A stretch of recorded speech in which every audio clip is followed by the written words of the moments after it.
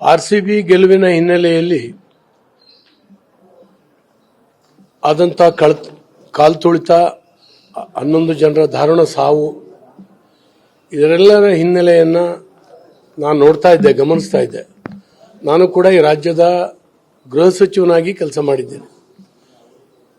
ನಾನು ಗೃಹ ಸಚಿವನಾಗಿದ್ದಾಗ ಪುನೀತ್ ರಾಜ್ಕುಮಾರ್ ಅವರ ಸಾವಾಯಿತು.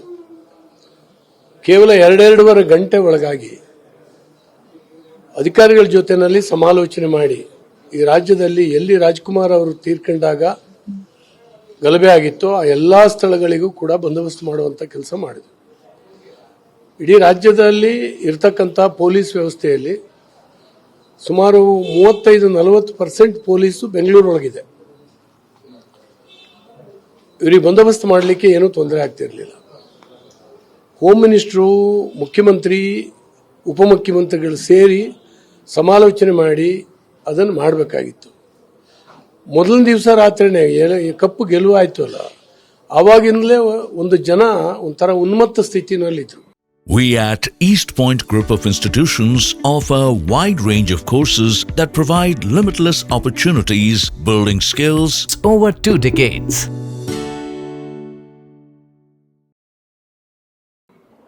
ಇದು ಎಲ್ಲರಿಗೂ ಕೂಡ ಗೊತ್ತಿದೆ. ಮಾರನೇ ದಿವಸ ಹೀಗಾಗತ್ತೆ ಅಂತ ಸರ್ಕಾರವೇ ಕರೆದಿದೆ, ನೀವು ಬನ್ನಿ ನಾವು ಸೆಲೆಬ್ರೇಷನ್ ಮಾಡ್ತೀವಿ ಅಂತ ಹೇಳಿ. ಇದೊಂದು ದುರಂತ. ಇದು ಈಗ ತಪ್ಪಿಸ್ಕೊಳ್ತಾ ಇದ್ದಾರೆ.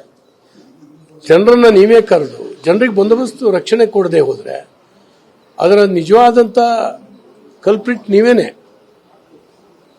A1 ಮುಖ್ಯಮಂತ್ರಿ, A2 ಉಪಮುಖ್ಯಮಂತ್ರಿ, A3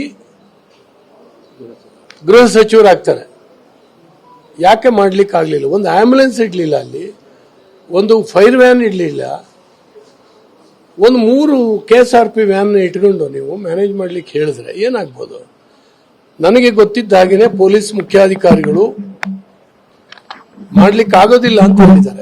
ಇದನ್ನು ನಿಭಾಯಿಸೋದು ಕಷ್ಟ ಅಂತ ಹೇಳಿದ್ದಾರೆ. ಹರಿಬರಿನಲ್ಲಿ ಸೆಲೆಬ್ರೇಟ್ ಮಾಡುವಂತ ಅವಶ್ಯಕತೆ ಏನಿತ್ತು?